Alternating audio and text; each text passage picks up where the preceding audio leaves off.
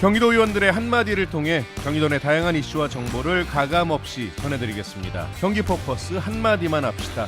오늘은 최만식 경기도 의원 그리고 황소연 취재 MC와 함께하겠습니다.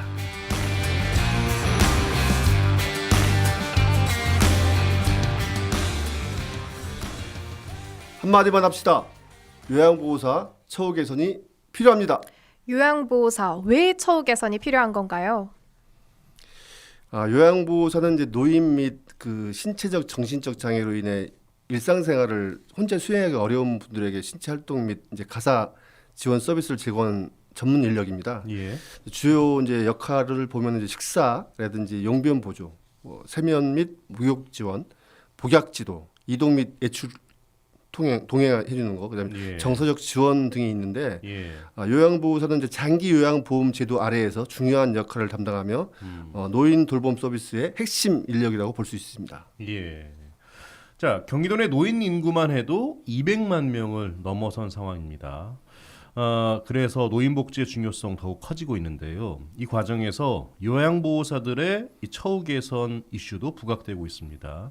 말씀하신 대로 요양보호사의 처우 개선이 곧 어르신 복지의 출발점이라고 봐도 과언이 아니기 때문인데요.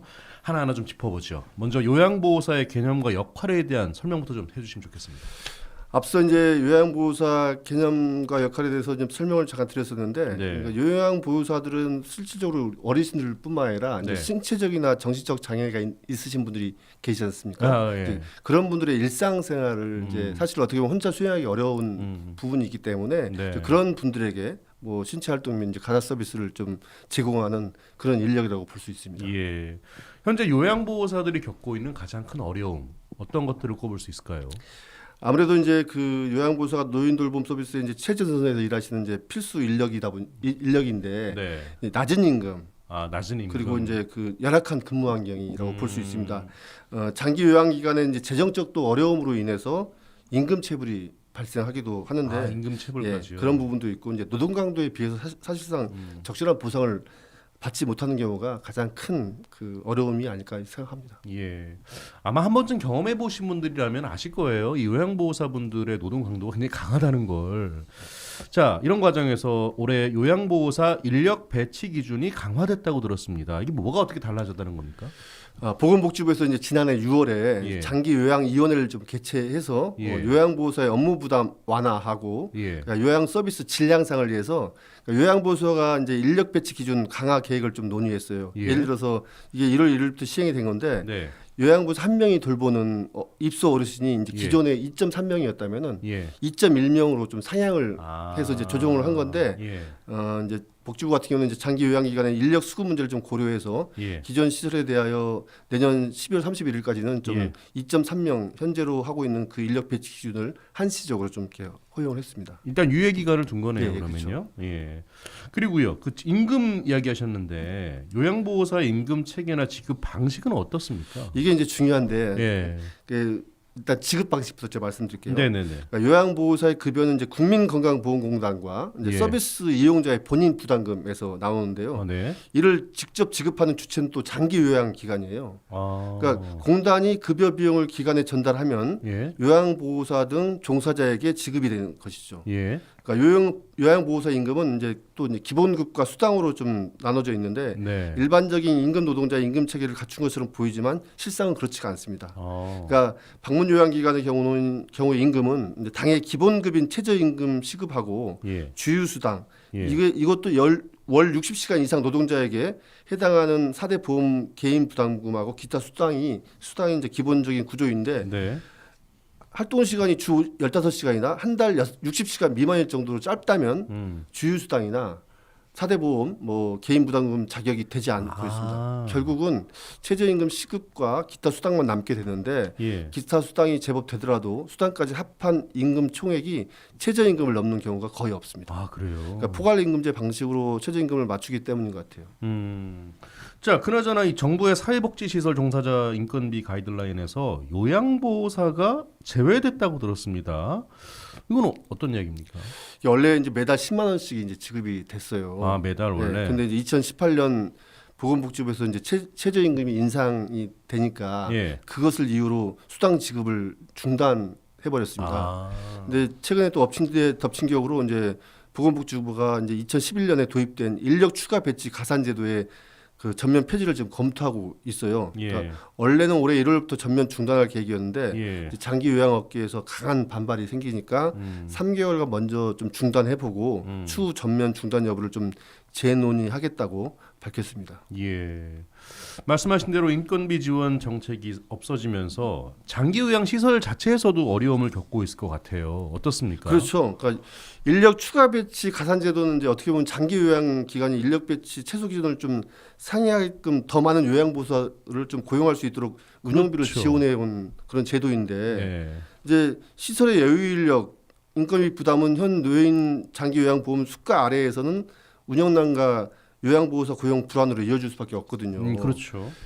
그런데 이제 이 지금 말씀하신 인력 추가 배치 가산 제도가 이제 폐지가 되면 예. 장기 요양업계 같은 경우는 인력 배치 기준을 맞추기 위해서는 입소 어르신을 내보낸던가 아니면 자체 부담으로 요양보호사를 고용을 해야 되는데 예. 운영비 부담을 안고 가기 어려울 경우에는 결국은 어르신을 퇴소시킬 수밖에 없지 않습니까? 그럼 어르신을 퇴소시키면 요양보호사 여유 인력이 생길 수밖에 없는데 네. 근데 이는 또 이제 근로기준법 위반 사항이라고 현실적으로 불가능하지만 요양보호사를 또 내보낼 수밖에 없는 그런 구조예요. 그러니까 요양보호사가 부족하면 어르신을 입소시키지 못하는 일도 생기잖아요. 예, 그렇죠. 요양보호사 여유가 있어야지 입소시킬 거 아닙니까? 그렇죠. 근데 이걸 이제 다시 말해서 보면은 장기 요양기관에서 어르신들을 안정적으로 돌보지 못하는 상황이 이제 벌어지게 되는 거죠. 요양보호사가 없으니까 입소시킬 어르신을 받을 수 없다. 시설 입장에서는 악순환이 될 수밖에 그렇죠. 없는 네. 구조인 것 같은데 소연 씨 여기서 노인 전문 요양원의 이야기 들어보셨다고요? 네, 인건비 지원 정책 폐지로 인한 어려움에 대해서 서군 노인 전문 요양원 정성원 원장과 이야기 나눠봤습니다.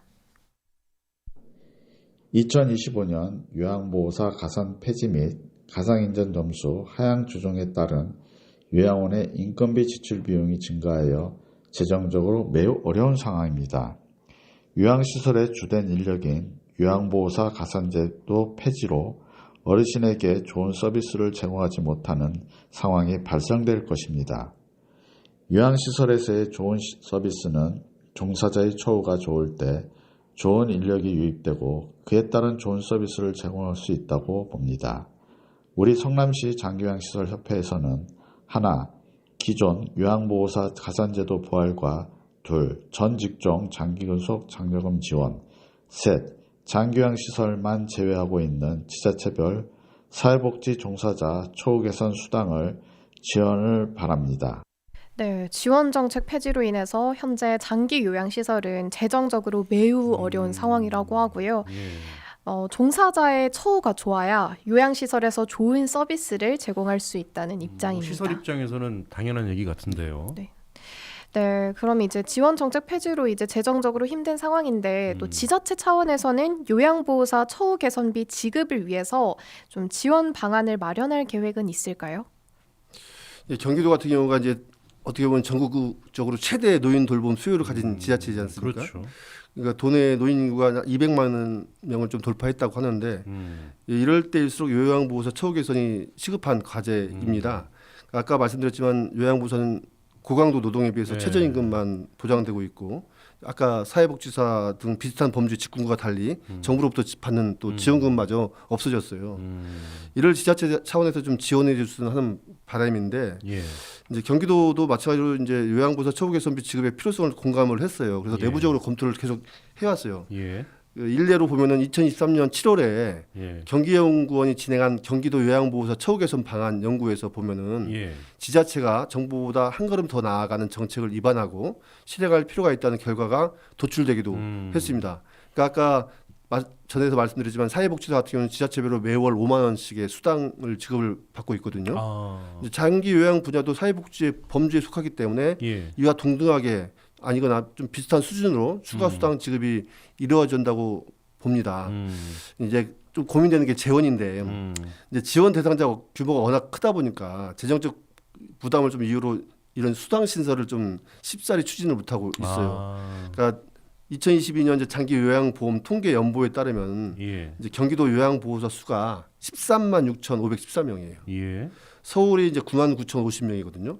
서울하고 비교해 보더라도 벌써 1.4배가 많은 월등히 거예요. 많군요. 예.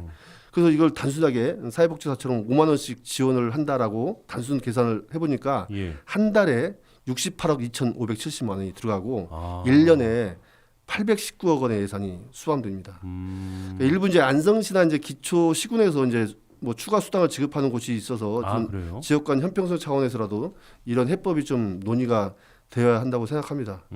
요양보호사 수당 신설이 아무래도 이제 김동연 지사의 공약 사항인 만큼 예. 경기도가 좀 연구 결과에 나타났듯이 좀 적극적으로 검토해 주실 것을 저는 요청드리는 바입니다. 예.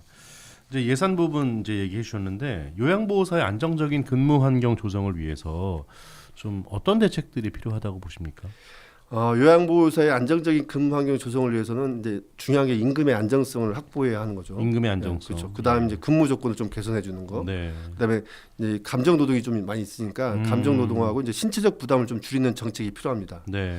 그리고 이제 요양보호사의 능력과 적성에 맞는 역할을 부여해주고 그에 맞는 대상자 선정 및 배치, 평가 등을 통해서 공정한 인사관리 시스템을 좀 마련할 필요가 있고, 예. 그러니까 요양보호사의 또 역량을 또 강화시킬 필요가 있지 않습니까? 그래서 예. 정기적이고 실질적인 직무 교육과 훈련, 뭐 슈퍼비전 제공 등 세계적인 좀 업무 환경을 좀 조성해야 할 필요성이 있다고 봅니다. 예, 알겠습니다. 이쯤에서 소연 씨 요양원의 또 다른 직원의 이야기를 들어보셨다고요? 네, 이번에는 처우 개선 중 하나로 언급되고 있는 장기 근속 수당 부분과 관련해서 서군 노인 전문 요양원 이효영 국장과 이야기 나눠봤습니다. 건보공단에서는 장기 근속 직원에게 장기 근속 수당을 지급하고 있습니다. 3년 이상 근무한 직원이 이에 해당되는데요. 그러나 요양원에서 똑같이 근무하면서 수당은 일부 직종에만 지급되고 있습니다. 이 직종에 포함되지 못한 직원은 상대적 불이익을 받고 있습니다. 직종에 따른 차등을 두지 않고 모든 직원에게 장기 근속 수당이 지급되길 희망합니다. 네, 같은 요양원에서도 장기 근속 수당을 받는 직종과 받지 못하는 직종으로 나뉘고 있어서 어려움이 있다고 합니다. 이러한 차등이 없어지고 요양원 전 직원에게 장기 근속 수당이 지급됐으면 한다고 합니다.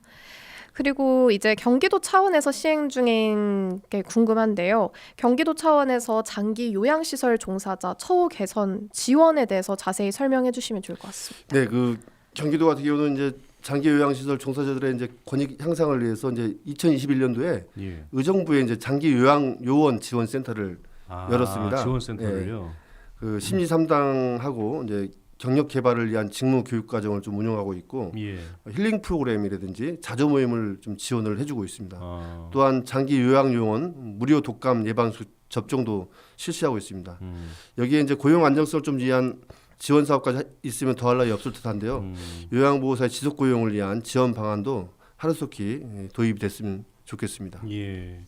지금 뭐 이야기 계속 들어보면 무엇보다 처우 개선이 가장 중요하지 않을까 싶은데요. 앞으로의 계획도 좀 들어볼까요? 그래서 제가 이제 아까 서두에 말씀드렸지만 그 요양보호사 처우 개선이 필요하다라고 한마디를 네. 했는데 네. 요양보호사의 처우 개선을 위해서 여러 가지 정책 도입을 좀 집행부에 좀 건의할 계획이에요. 요양보호사 임금 보전 지원금 확대라든지 뭐 장기 근속자에 대한 추가 수당 지급이라든지 예. 경력 인정 제도 등에 대해서 검토를 좀 집행부에다 요청하려고 하는데요. 예. 좀 아무래도 이제 재정 부담이 수반된다는 것 저도 잘 알고 있는데 네. 그럼에도 불구하고 좀 고민을 해봐야 된다라는 생각이 들고 예. 그다음에 이제 아까도 말씀드렸지만 200만 명이 넘었어요 경기도가. 예. 그만큼 초고령 사회에서 우리 요양보호사가 중요한 역할을 수행하고 있는 만큼 네. 안정적인 환경에서 근무할 수 있는 환경은 우리가 경기도가 앞장서서 좀 조성해줘야 한다고 보고 이런 관련 정책들의 추진을 위해서 좀 심도 있는 검토를 경기도에게 요구하려고 합니다. 예, 알겠습니다. 끝으로 도민들에게 전하고 싶은 이야기 있으실까요? 네, 요양보호사는 우리 사회에서 중요한 역할을 담당하고 있는 분들입니다. 예. 이분들의 처우가 개선될 때 우리 노인 돌봄 서비스의 질도 향상될 수 있습니다. 앞으로도 요양보호사들의 근무 환경 개선과 복지 향상을 위해 최선을 다할 것입니다. 도민 여러분께서도 많은 관심과 응원을 보내주시길 바랍니다. 감사합니다. 예, 알겠습니다. 오늘 두 분 말씀 여기까지 듣죠. 고맙습니다. 예, 감사합니다. 감사합니다. 네, 지금까지 최만식 경기도의원 그리고 황소연 취재 MC와 함께했습니다.